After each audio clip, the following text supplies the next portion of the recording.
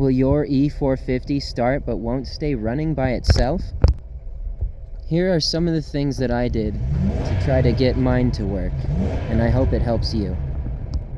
Remember to unplug your battery. The next thing we're gonna do is our O2 sensors. You can see these little like turquoise colored plugs here. That's one on the left. Second one right here, you can see the plug. And it is really tucked up in there. We got this heat shield to deal with right here. We got this like whatever kind of line is right here. Got basically no room to put anything. So I'm gonna go out from under it and try to get this heat shield off. Before you even go to your parts store, you wanna take a picture of your plug. So here's a view of that O2 sensor from underneath. We're gonna try to get that heat shield off. We got one mounting bolt there, 10 millimeter, another right here, and another right here on either side. So we got the heat shield off. If you haven't bought one, it's probably a good idea to just borrow or buy an O2 sensor socket. You can see the driver's side O2 sensor over here.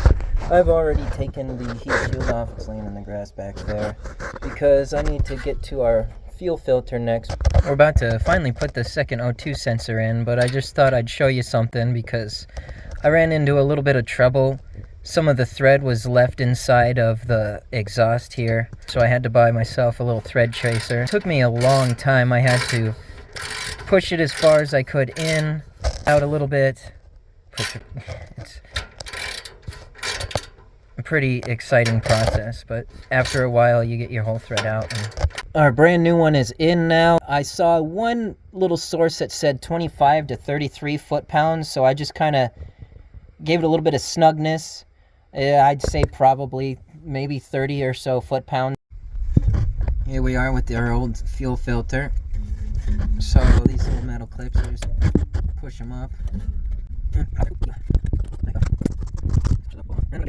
So we're just gonna assume that you're able to see. Basically, you put this thing over it.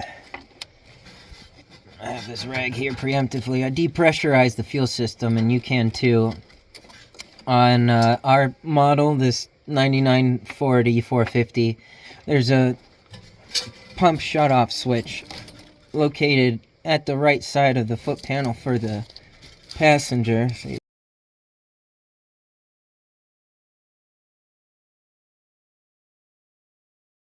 A little bit of fuel never hurt nobody. I just had to break the little hose clamp that was on here because it was all rusted. But luckily I saved zip ties wherever I get them.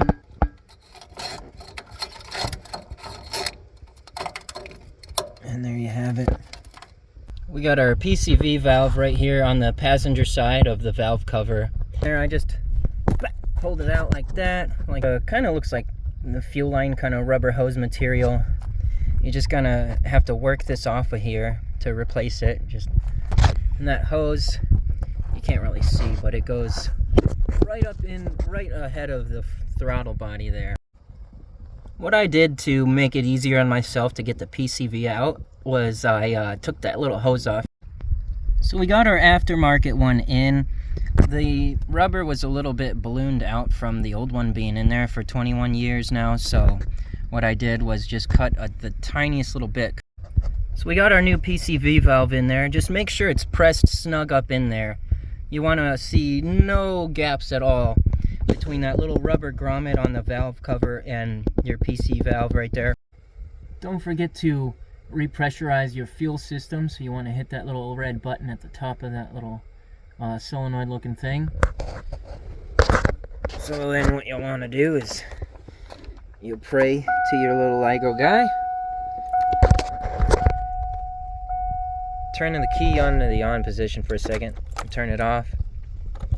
Turn it on. Wait another 10 seconds or so, maybe 30. It doesn't matter. You can hear my pump turn on. It's very loud. And then let her rip.